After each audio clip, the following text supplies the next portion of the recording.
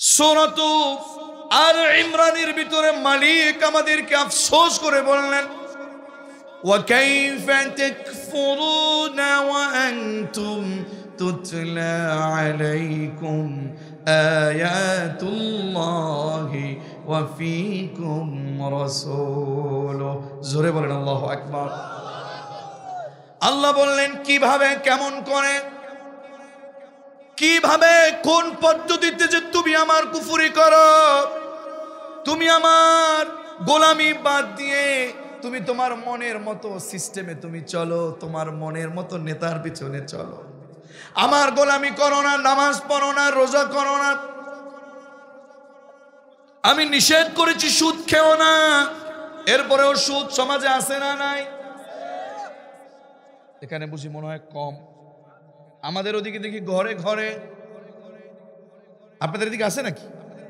আল্লাহ বলেন আমি নিষেধ করেছি, এরপরেও তোমরা সুদ খাও। আমি পর্দায় থাকতে বলেছি, এরপরেও তোমরা বেপর্দায় চলো। ও নারী সমাজ, মা বোন, শয়তানি ওয়াসওয়াসায় পড়ে নামাজ বাদ দিয়ে আপনি আছেন, স্বামীর আনুগত্যের বাইরে চলছেন, বেপর্দায় চলছেন, বেহায়াপনা করছেন, বেলজ্জাপনা করছেন, অর্ধনগ্নতা প্রকাশ করে ছড়িয়ে বেড়াচ্ছেন। বিশ্বাস করুন, আমার রব আরশে আজিমে বসে বরদাস্ত করতে পারছে না।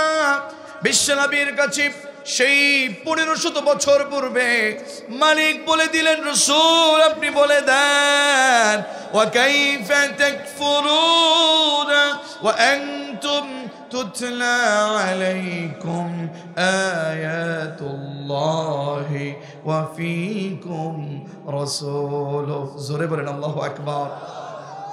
কেমন করে, কিভাবে, কোন কারণে তোমরা আমার কুফরি করো, আমার ডান পথ থেকে বাম পথে চলো, আমাকে বলে যাও। অথচ তোমাদের সামনে কোরআনের আয়াত তেলাওয়াত করা হচ্ছে, তোমরাই কোরআন পড়ছো, তোমাদের সামনে কোরআনের তেলাওয়াত হচ্ছে, তোমাদের সামনে কোরআনের তাফসীর হচ্ছে, তোমাদের সামনে কোরআনের তাফসীর হচ্ছে। এই কোরআনের তাফসীর হবার পরেও, কোরআন শুনবার পরেও, কোরআনের কথাগুলো বলবার পরেও, এরপরেও তোমরা কি করে কুফরি করো, কি করে গুনাহ করো। আল্লাহর কসম করে বলছি, আপনি যখন গুনাহ করেন আমার রব আপনার উপরে এত বেশি বেজার হয়ে যান।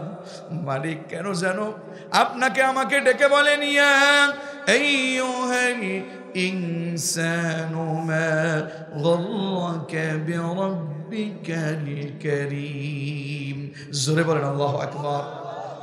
আল্লাহ কেমন যেন ডাকেন, হে আব্দুল করিম, হে আব্দুল করিম, হে শহীদুল, হে আব্দুল্লাহ, আব্দুল মামুন, হে রুহুল কুদ্দুস।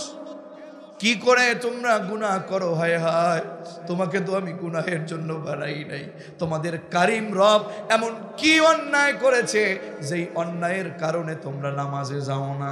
নামাজ পড়ো তো সুদ খাও, সুদ খাও তো আবার তুমি নামাজ পড়ো, আবার তুমি ঘুষ খাও, আবার নামাজও পড়ো, আবার তুমি মিথ্যা নেতার পিছনে ঘরো, আবার নামাজও পড়ো, তুমি আমার সাথে তামাশা করো। আমি কি অন্যায়টা করেছি বলো? কারিম রব কি অন্যায় করেছে বলেন তো? আমাদের আল্লাহ কি আমাদেরকে বানিয়ে ভুল করেছে নাকি? কিন্তু আমরা কেন অন্যায় করি? আমরা কেন অপরাধ করি? কেন আমরা অপরাধ করি? অথচ আমাদের সামনে কোরআন বলা হয়, আমাদের সামনে কোরআনের কথা বলা হয়, আমাদের সামনে কোরআনের তাফসীর করা হয়। এখানে বসে আছে এমন মানুষ আমার মনে হয়নি যে কোরআন পড়ে না, কোরআন শোনে না, কোরআন পারে না। এমন লোক এখানে আছেন? আছেন? আছেন? কোরআন পারেন না, একাই এত পারেন না, এমন লোক আছেন? কথা বলেন। আমার তো মনে হয় দৈনিক যে আপনি সালাত আদায় করেন, যেই সূরাটা দিয়া সূরাতুল ফাতিহা, এই সূরার শিক্ষাটা যদি আপনার জীবনে থাকতো, আল্লাহর কসম করে বলি জোর করেও আপনাকে কোরআনের বাইরে নেওয়া যেত না। ঠিক কি না? 5 ওয়াক্ত সালাত আদায় করেন আপনি, কয় ওয়াক্ত তো সালাত আদায় করেন? আরো জোরে। সবাই 5 ওয়াক্ত পড়েন তো? কেউ আবার 6-7 ওয়াক্ত পড়েন নাকি? আমার বন্ধুগণ, একদিনে নামাজ কয় ওয়াক্ত? আল্লাহ ফরজ করেছেন কয় ওয়াক্ত? সবাই বলেন, সবাই জানেন তো? আচ্ছা বলেন তো দেখি, একদিনে যদি 5 ওয়াক্ত হয় 2 দিনে কয় ওয়াক্ত? একদিনে যদি 5 ওয়াক্ত হয় 2 দিনে, 3 দিনে?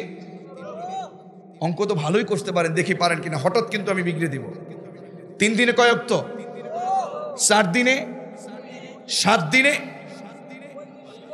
মাশাআল্লাহ, ভালোই তো অঙ্ক করতে পারেন, আলহামদুলিল্লাহ আলহামদুলিল্লাহ। 7 দিনে কয় ওয়াক্ত? জোরে কর। কিন্তু আমাদের এখানে এমনও আছে, একদিনে 5 ওয়াক্ত তো দূরের কথা, 7 দিনে 35 তো দূরের কথা, মাত্র পরে 1 ওয়াক্ত। এরকম শুকুর আলী মুসল্লি আপনাদের এদিকে আছে কিনা? আসেনি? আসেনি? আমি বলবো আপনি ভালো করে ধরে রাখেন, এই সকল বেনামাজি লোকগুলো লোক দেখানো নামাজ পড়ে, আর লোক দেখানো নামাজ পড়ে এই লোকগুলো মুনাফিকের কাতারে আগামী সেই কিয়ামতের ময়দানে দাঁড়াতে হবে। এই সকল লোকগুলো নামাজ ভালো পড়ে না, ইমাম পছন্দ করে না, সমাজের ভিতরে ভালো কাজ হোক পছন্দ করে না, তাফসীর পছন্দ করে না, কোরআন দিয়ে সমাজ চলবে এটা পছন্দ করে না। এই সকল লোকগুলো লোক দেখানো নামাজ পড়ে, আর আমি মনে করে আর আমার চেয়ে কে বড় এটা খোঁজ নাই, আর ইমামের বিরোধিতা করে, মসজিদে বসে আমি করে। এই সকল লোকগুলো কিয়ামতের ময়দানে কাফের অথবা মুনাফিকদের কাতারে দাঁড়াবে। একটু আমার সাথে ছাত্রের মতো জবাব দিবেন। আজকে আমি অযোগ্য হলেও কিন্তু আপনাদের শিক্ষক, নাকি? আমি কিন্তু অযোগ্য হলেও আপনাদের শিক্ষক, কিন্তু আপনারা সবাই কি আলহামদুলিল্লাহ। কোরআনের ছাত্র কে কে হতে চান একটু দেখি? কোরআনের ছাত্র কে কে হতে চান? হাত বাঁকা করেন। কোরআনের ছাত্র কত শুনে, কোরআনের ছাত্র কে কে হতে চান? লিল্লাহি তাকবীর। আল্লাহ হাতগুলো কবুল করেন। জানেন আল্লাহ রসুল বলেছেন, এই কোরআনের ছাত্র হিসেবে ছাত্র হয়ে যদি আপনি মারা যান, আল্লাহ তাআলা আপনাকে জান্নাতে জায়গা করে দেবেন। জান্নাতে যেতে চাই না? চাই চাই।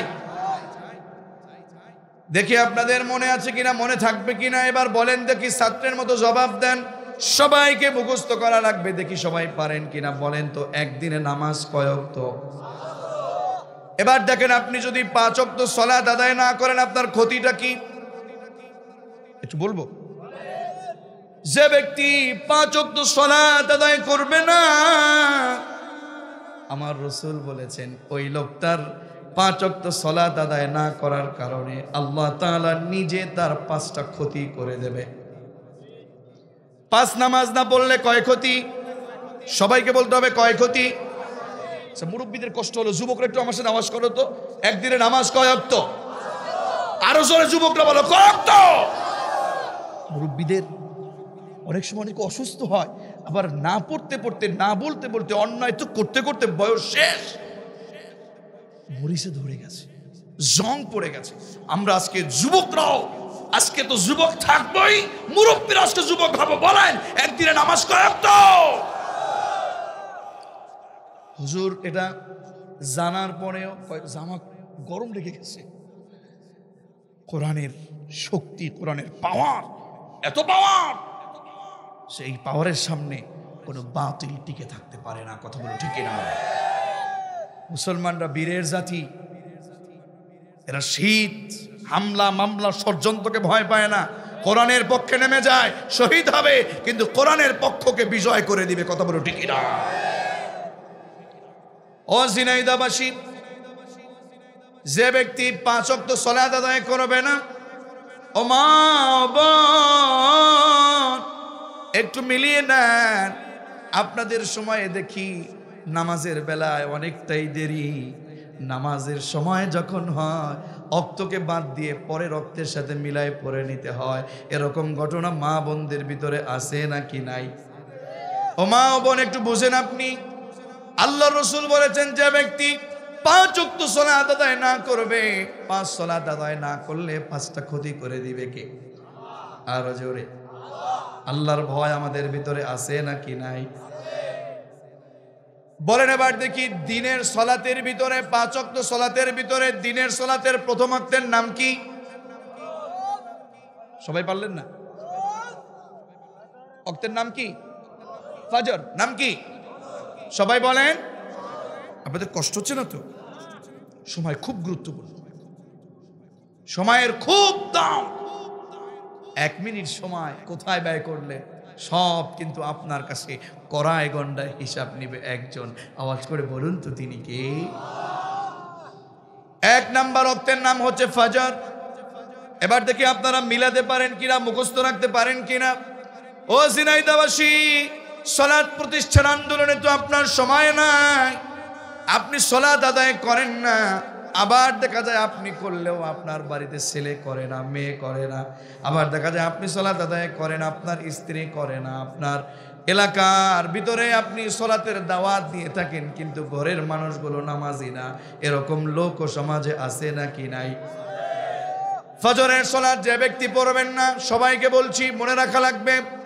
যুবক তোমাকে বলছি, আযান দেয় আর তুমি ঘুমিয়ে থাকো, অথচ মুয়াজ্জিন বলে আস-সালাতু খায়রুম মিনান নাওম।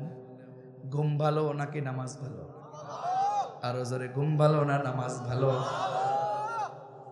আল্লাহ রাসূল বললেন ফজরের সালাত যে পড়বা না, আল্লাহ রাব্বুল আলামিন ওই ব্যক্তির মুখমণ্ডল চেহারা যেটাই বলেন না কেন, আল্লাহ তাআলা তার চেহারার নূরটাকে নষ্ট করে দেবেন। কিয়ামতের ময়দানে এর মুখটার উজ্জ্বলতা আসবে না, জ্বলজ্বল করবে না। মালিক এই লোকটাকে দেখেই সেদিন চিনতে পাবে। রসুলের শাফাত তো দূরের কথা, রসুল তার দিকে ফিরিয়েও তাকাবে। ফজরের সালাত আদায় না করলে চেহারার নূর নষ্ট। মনে থাকবে, ফজরের নামাজ না পড়লে চেহারার নূর নষ্ট। 2 নাম্বার ওয়াক্তের নাম কি? সবাই বলেন। জোহরের নামাজ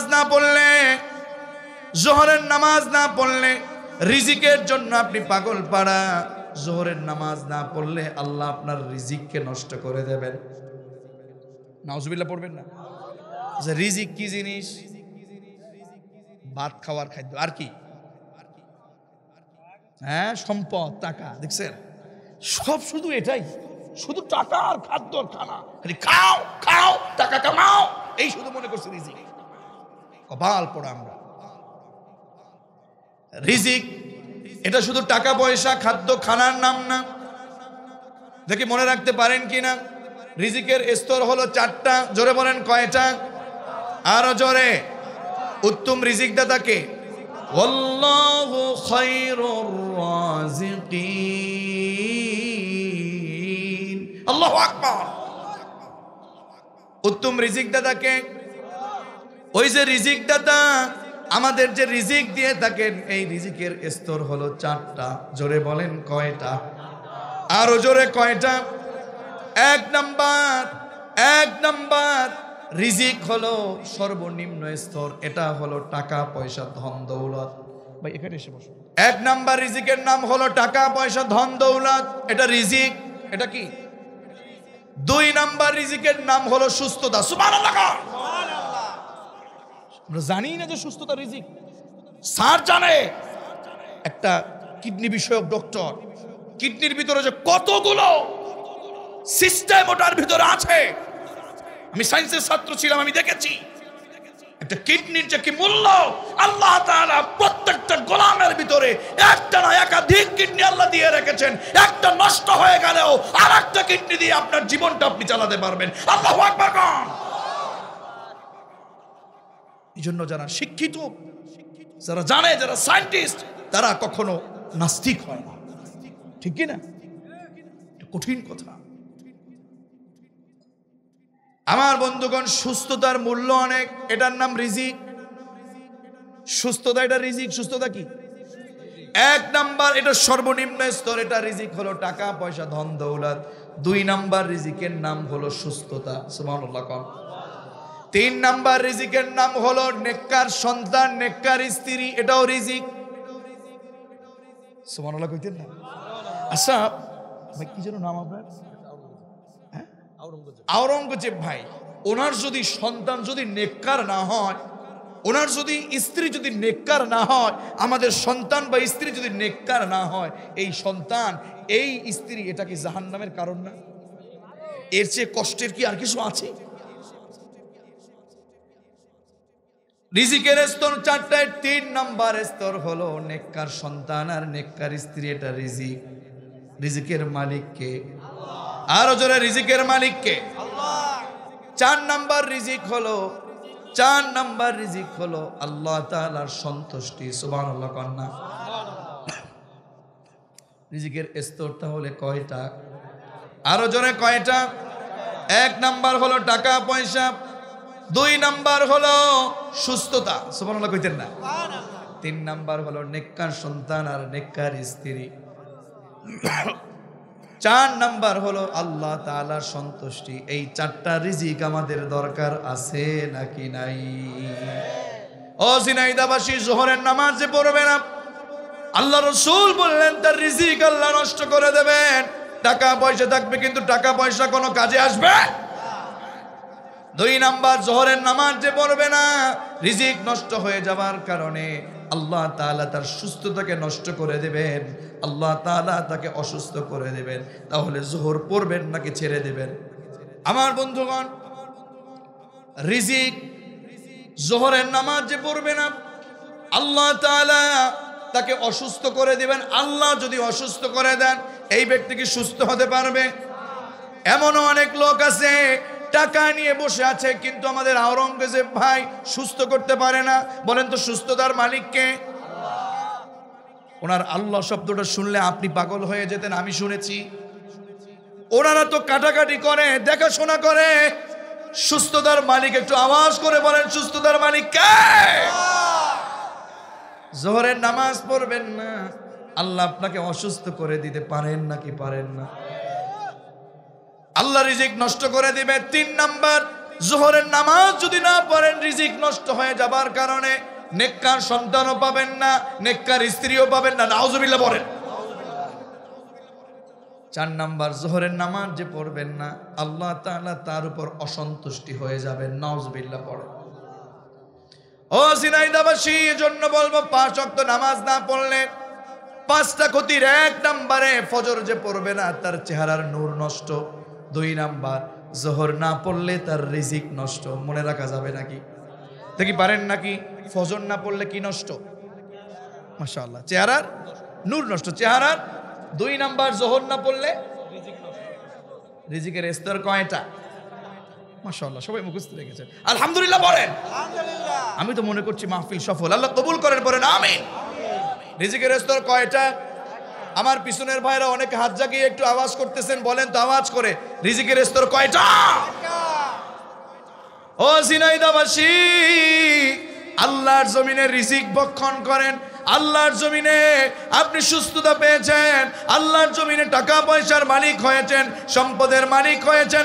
আল্লাহর জমিনে কোরআন বাদ দিয়ে যদি কোরআনের বাইরে আপনি চলেন, আল্লাহর কসম করে বলছি, আল্লাহ যখন ধরবে এমন অসুস্থতা দিয়ে দিবে, সুস্থ হবার আর আশা করা যাবে না। ঠিক না? আমার বন্ধুগণ, এই সমাজের ভিতরে বলেন তো নামাজি কম নাকি বেশি? আওয়াজ করে বলেন, কম নাকি বেশি? বিশ্বাস করুন, নামাজের ব্যাপারে আমরা এত বেশি উদাসীন।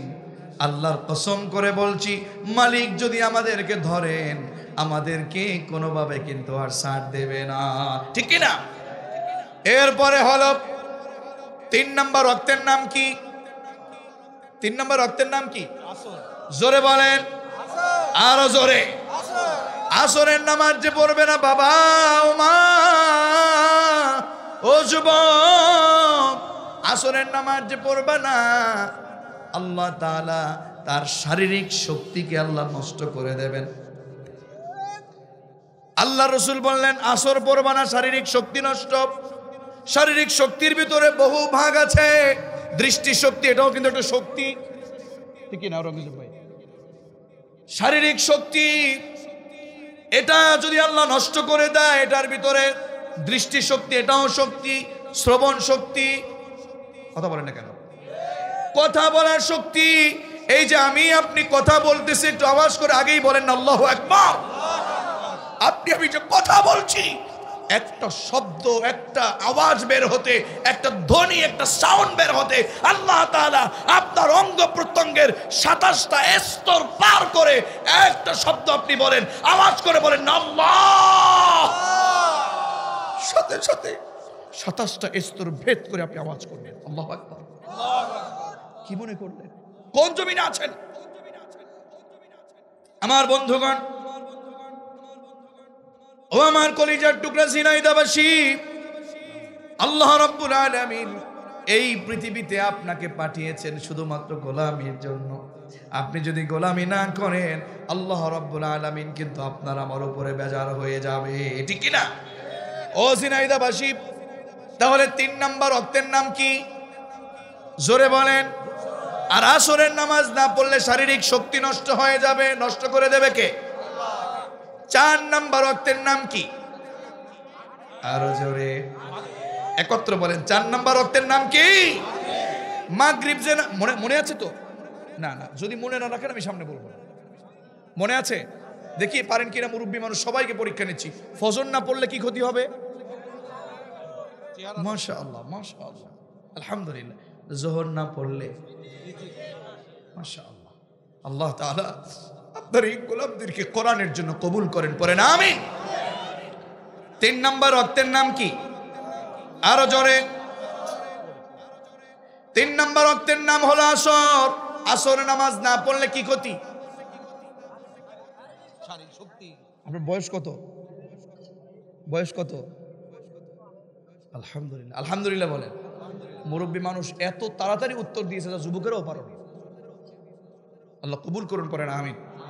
এজন্য কোরআনের প্রোগ্রামে মনোযোগ দিয়ে বসতে হয়, ঠিক কি না?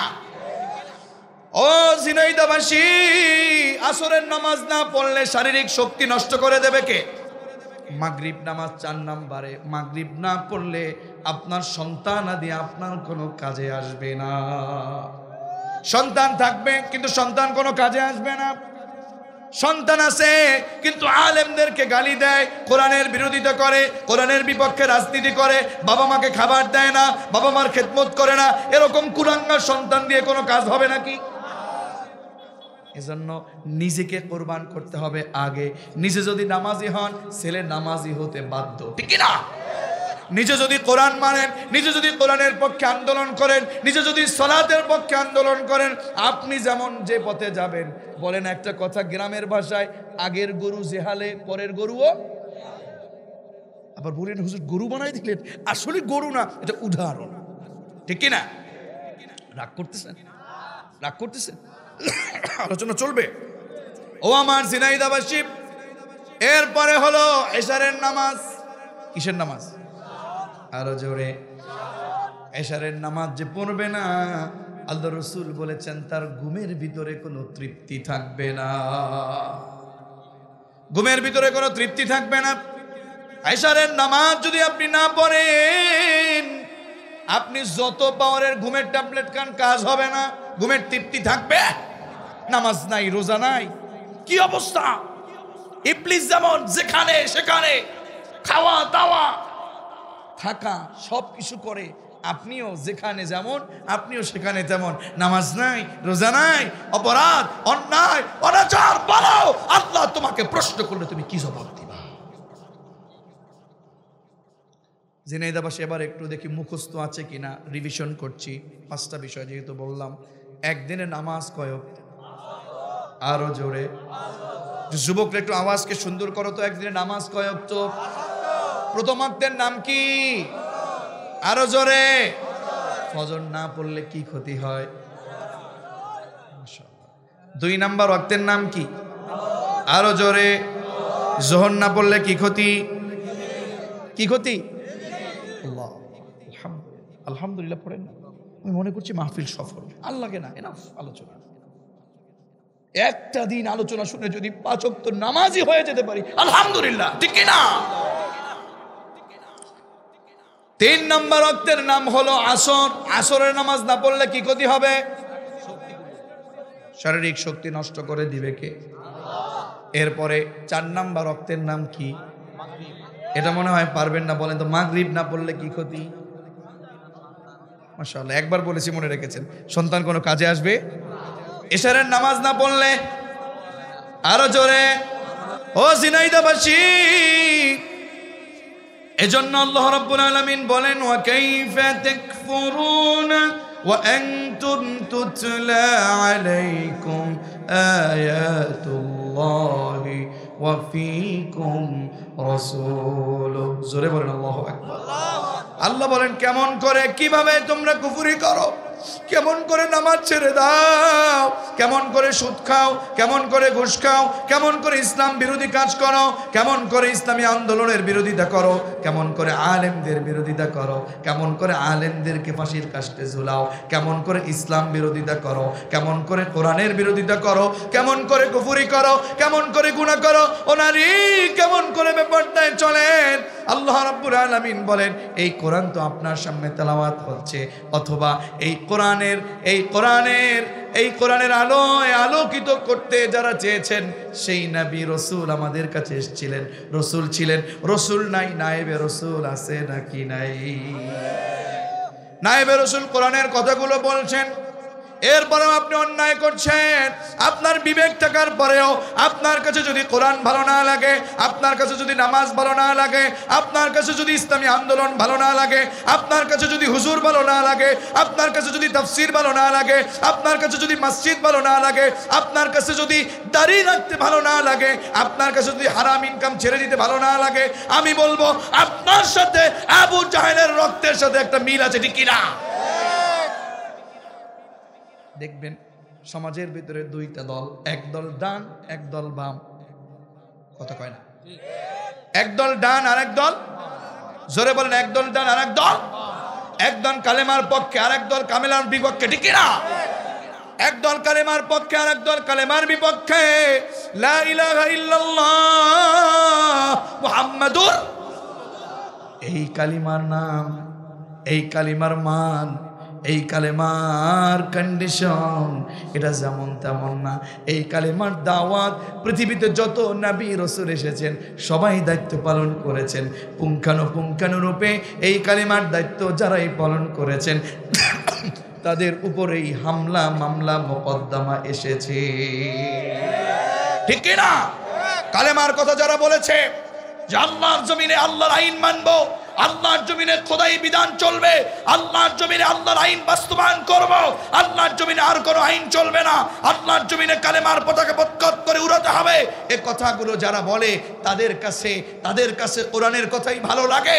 আর যারা শোনে, যাদের কাছে ভালো লাগে না, মনে রাখবেন এই সকল লোকগুলোই হচ্ছে বামপন্থী, ঠিক কি না? আমরাও বলতে চাই, বাতিলেরা কি করবে করো, হামলা মামলা মোকদ্দমা এটা মুসলমান জাতি ভয় পায় না, ঠিক কিনা? গৌর গোবিন্দ যেখানে, শাহজালাল সেখানে, আবু জাহেল যেখানে, মুহাম্মদ সাল্লাল্লাহু আলাইহি ওয়াসাল্লাম সেখানে, উতবা শাইবা আবু লাহাব যেখানে, আবু বকর ওমর আলী ওসমান সেখানে। কথা বলুন, ঠিক কিনা? এখনো যদি আল্লাহর জমিনে কোনো নায়েবে আবু জাহেল থাকে, এখনো যদি কেউ কোরআনের আইনে বাধা দেয়, এখনো যদি কোরআনের বিপক্ষে থাকে, আমরা তোমাদেরকে বলবো হামলা দিবে দাও, মামলা দিবে দাও, ষড়যন্ত্র করবে করো। সব ষড়যন্ত্রকে মোকাবেলা করে জুনাইদার মুসলমান আল্লাহর জমিনে শহীদ হবে, কুবাইব কাব্বাবের মতো কাজ করবে। আল্লাহর জমিন থেকে কোনোভাবেই আল্লাহর ঈমানকে কোনোভাবে বিকৃতি করবে না। এমন কোন কোন কোরআনের কর্মী আছেন? তো হাত তুলে আল্লাহকে দেখায় দাও। রব্বুল আলামিন বলছেন, কোরআন শুনবে, রাসূল এসেছে, এর পরেও যারা কুফরি করে তাদের কোনো কাজগুলো ঠিক না। কিন্তু মনে রাখো, আমাইয়াতাসিম বিল্লাহি ফাকাদ হুদিয়া ইলা সিরাতিম মুস্তাকিম। সব অন্যায় অনাচার জুলুম নির্যাতন সহ্য করে আল্লাহর পথ যারা দৃঢ়ভাবে আটকে ধরবে, দৃঢ়ভাবে যারা আঁকড়ে ধরবে, আল্লাহর কোরআনে যারা সঠিক পথে যারা বিচল থাকবে, আল্লাহ তাআলা তাদের সকলকে হেদায়েতের পথে আল্লাহ কবুল করে দিবে। সুবহানাল্লাহ। ওই সকল হেদায়েত পূর্ণ শক্ত ঈমানদারদেরকে আল্লাহ ডাকছেন, ইয়া আইয়ুহাল্লাযীনা আমানু, আল্লাহু আকবার, হে ঈমানদারেরা, ইত্তাকুল্লাহ, তোমরা আল্লাহকে ভয় করো। কাকে ভয় করো? আরো জোরে। এই যে সামনে আসছে রমাদান, আমাদের রূহুল কুদ্দুস ভাই বলে গেছেন, এই যে রমাদান এসেছি, এই রমাদানের এই যে সুযোগ পাওয়ার পরেও আল্লাহর ভয় থেকে আমরা দূরে, মুত্তাকি হওয়া থেকে আমরা দূরে। রমাদান আপনার জীবনে যদি আপনার বয়স হয় 30 বছর, ন্যূনতম 15টা বছর আপনি রমাদান পেয়েছেন। কথা বলেন না কেন? আপনার বয়স যদি হয় 40, ন্যূনতম আপনি 25 বছর রমাদান পেয়েছেন, ঠিক কিনা? বালেগ অবস্থায় পেয়েছেন। আপনি একটু মিলান। এক ব্যক্তি আওরঙ্গজেব ভাইয়ের কাছে গিয়েছে। আমাদের রুহুল কুদ্দুস ভাই আওরঙ্গজেব ভাইয়ের কাছে যাবার পরে বলে, হুজুর স্যার, ছেলেটা খুব অসুস্থ। বয়স কত? বলে 1 বছর। কয় বছর বলেন? 1 বছর। যেহেতু শিশু ডক্টর, শিশুদের খিদমা করেন। 1 বছর। বলে নার্সকে ডেকে বলে, ও নার্স, দেখো, check his weight, check his BP. এই বাচ্চাটার ওয়েট একটু চেক করো, বিপিটা চেক করো, আর অন্যান্য চেক করো, চেক করো। রুহুল কুদ্দুস ভাই নিয়ে গেছে 2022 সালে। কয় সালে? আপনাদের কষ্ট হচ্ছে না তো? একটু ভালো করে বোঝেন, জটিল কথা। 2022 সালে আওরঙ্গজেব ভাইয়ের কাছে গিয়েছে। বলল বয়স কত? 1 বছর। বলে ওয়েট কত? বলতেছে 8 কেজি। কয় কেজি? 8 কেজি। এরপরে ঔষধ লিখে দিলেন, বললেন মোটামুটি যা আছে ঔষধ লিখে দিলাম, যান একটু ঔষধ সেবন করান, আশা রাখি ভালো হয়ে যাবে। যখন 2023 হয়ে গেল, রুহুল কুদ্দুস ভাইকে 1 বছর পরে যাবার পরে আবার আওরঙ্গজেব ভাইয়ের কাছে গেল। যারা সর্বোচ্চ মানের ডক্টর আমি দেখেছি, আমি ইন্ডিয়াতে বহুদিন ছিলাম আমার ছেলের চিকিৎসার জন্য। প্রায় 2টা মাস পর্যন্ত আমি সেই বেঙ্গালুরুতে হার্টের সবচেয়ে বড় বিশেষজ্ঞ মানের একজন ডক্টর দেবী প্রসাদ শেঠি, তার কাছে আমি প্রায় 2 মাস পর্যন্ত ছিলাম। যতদিন ডক্টরের কাছে গিয়েছি, আগেই নার্স ওই ছেলেটার বর্তমান অবস্থা কি, পজিশন কি, ওয়েট কি, বিপি কি, কি অবস্থায় আছে, ইসিজি সব কিছু করে একটা রিপোর্ট আগে দেন। এরকম কাজ স্যারেরাও করেন। রুহুল কুদ্দুস ভাই 2023-এ গেছে, নার্সকে বললো একটু চেক করো, ওয়েট চেক করো, বিপি চেক করো। রুহুল কুদ্দুস ভাইয়ের বাচ্চার এখন আগে ছিল 1 বছর, এখন হয়েছে কয় বছর? জোরে বলে। 2 বছর হয়ে যাবার পরে আজকে এসে চেক করলো 23 সালে। স্যার বলল, নার্স বলো তার পজিশন কি? বলল, স্যার গত বছরও 8 কেজি ছিল, আজকেও 8 কেজি।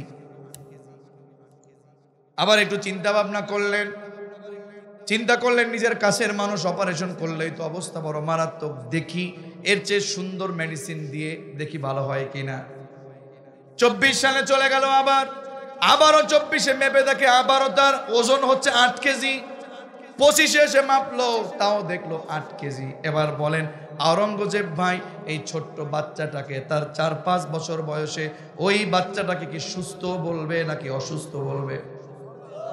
বুঝে বলেন, সুস্থ বলবে নাকি অসুস্থ বলবে? আপনার জীবনে বিগত 50টা বছর পর্যন্ত রোজা এসেছে, সিয়াম এসেছে। বিগত বছরে কেউ 25 বছর, 30 বছর, 40 বছর, 50টা বছর পর্যন্ত আপনি সিয়াম পালন করেছেন। আগেও যেমন করতেন এখনো তেমন করেন। রোজার আগে 25 বছর আগেও সুদের ব্যবসা করেছেন, এখনো সুদের ব্যবসা করেন। আগেও নামাজ ছেড়েছেন, এখনো নামাজ ছাড়েন। আগেও পর্দা ছিল না বাড়িতে, এখনো পর্দা নাই। আগেও মিথ্যা বলতেন, এখনো মিথ্যা বলেন। 25 বছর আগেও, গত বছর রোজার সময়ও যেমন ছিলেন, এবছর রোজা রেখেও তেমন আছেন। আমি বলবো কোরআনের চশমা লাগিয়ে আপনি কোরআনের দৃষ্টিতে সুস্থ নাকি অসুস্থ?